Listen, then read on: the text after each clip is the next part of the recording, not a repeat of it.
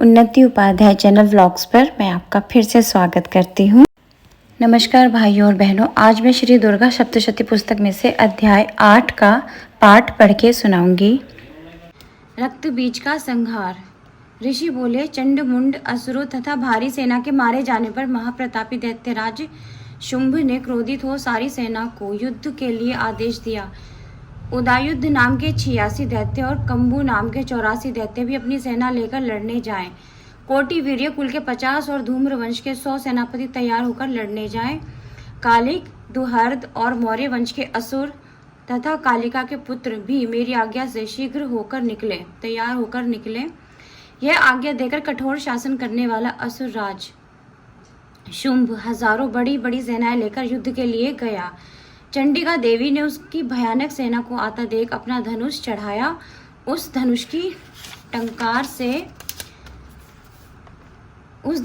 टंकार ने आकाश और पृथ्वी गुंजा दिया। उसी समय देवी का वाहन सिंह भी गरजा और देवी ने घंटा बजाकर सिंह के नाद को और भी बढ़ा दिया। इस भांति धनुष की टंकार से, सिंह की दहाड़ और घंटे की ध्वनि से सब दिशाएं गूंज उठी। उसी समय काली भी मुंह फैलाकर भयंकर नाद से गरजी। उनके गरजने का शब्द उससे भी बढ़कर हुआ।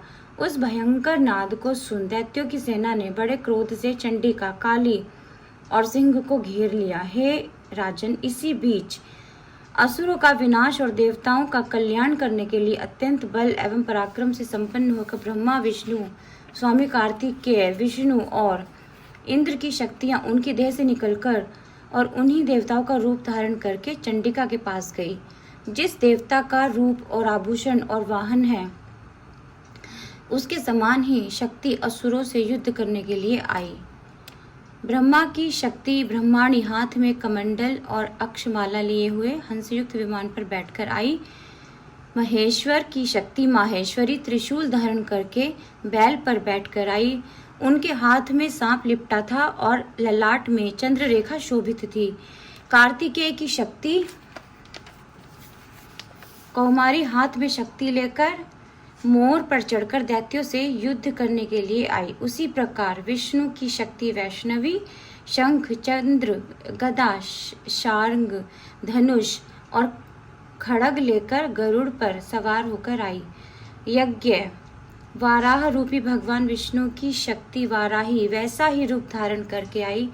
नारसिंगी नरसिंह के समान रूप धारण करके आई। उसकी गर्दन के बाल हिलने से नक्षत्र गण हिलने लगे। इंद्र की शक्ति इंद्राणी हाथ में वज्र ले सहस्त्र नेत्रों से शोभित ऐरावत पर सवार होकर आई। उन देव शक्तियों के बीच में खड़े होकर शिवजी ने चंडिका से कहा, है असुरों, चंडिका से कहा कि असुरों को शीघ्र मारकर मुझे प्रसन्न करो। उसी समय चंडिका देवी के शरीर से अत्यंत भयानक सैकड़ों गीदड़ियों की भांति हूं हूं की नाद करती हुई उग्र चंडिका शक्ति प्रकट हुई।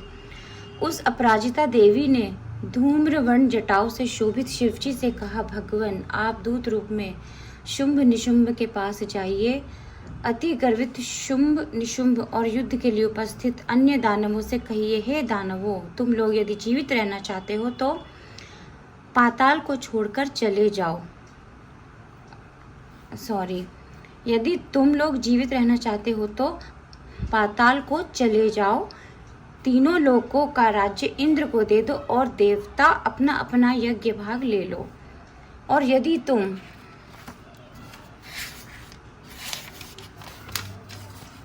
अपने बल के दर्प से युद्ध करना चाहते हो तो आओ, तुम्हारे मांस से हमारी योगिनियां तृप्त हों। देवी ने स्वयं शिवजी को दूत कार्य में नियुक्त किया, इसलिए वह शिवदूती नाम से प्रसिद्ध हुई। शिव के मुंह से देवी की यह बात सुनकर दैत्य कुपित हो देवी के पास गए। क्रोध से व्याकुल वे असुर बाण, शक्ति और रिष्टि आदि अस्त्र देवी पर बरसाने लगे। देवी ने उनके चलाए हुए बाण, शूल, शक्ति और परशु आदि अस्त्रों को अपने बाण से अनायास काटकर गिरा दिया। देवी के सामने ही काली शत्रुओं को शूल और खटवांग से मारती हुई युद्ध में विचरने लगी। ब्रह्माणी जिधर जाती उधर कमंडल से जल छिड़ककर शत्रुओं को निर्बल कर निस्तेज कर देती थी। महेश्वरी ने त्रिशूल से, वैष्णवी ने चक्र से और कौमारी ने क्रुद्ध होकर शक्ति से दानवों का संहार किया। इंद्राणी ने वज्र के प्रहार से सैकड़ों दानवों को मार डाला। वे रुधिर बरसाते हुए पृथ्वी पर गिर पड़े। वाराही ने दानवों की छाती में दांत मारकर घायल कर दिया। बहुतों को थूथन से मार डाला और बहुतों को चक्र के प्रहार से मारकर गिरा दिया। नारसिंगी ने नखों से फाड़कर बहुत से असुरों को खा लिया। फिर वह गरजकर युद्ध भूमि में झूमने लगी। उनका भयंकर नाद आकाश और सब दिशाओं में फैल गया। शिवदूती के भयानक अट्टहास से भयभीत हो असुर पृथ्वी पर गिरने लगे तथा वह उनका भक्षण करने लगी। इस तरह देवियों ने कुपित हो उनके उपाय से बड़े बड़े असुरों को नष्ट कर दिया। यह देख दैत्यों की सेना भागने लगी। देवियों की मार से पीड़ित सेना को भागता हुआ देख रक्तबीज नाम का असुर क्रुद्ध हो युद्ध के लिए आया। उसकी देह से जब एक बूंद रुधिर पृथ्वी पर गिरता तभी उसी के समान दूसरा असुर पैदा हो जाता। रक्तबीज हाथ में गदा ले इंद्राणी से युद्ध करने लगा।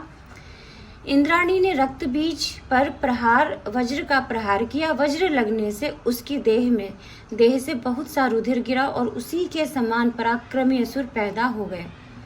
उसके शरीर से रुधिर की जितने बूंद गिरते उतने ही पुरुष, उतने ही बलवान और पराक्रमी पैदा हो जाते। रुधिर से उत्पन्न असुर तीक्ष्ण अस्त्र शस्त्र बरसाकर देवी से युद्ध करने लगे।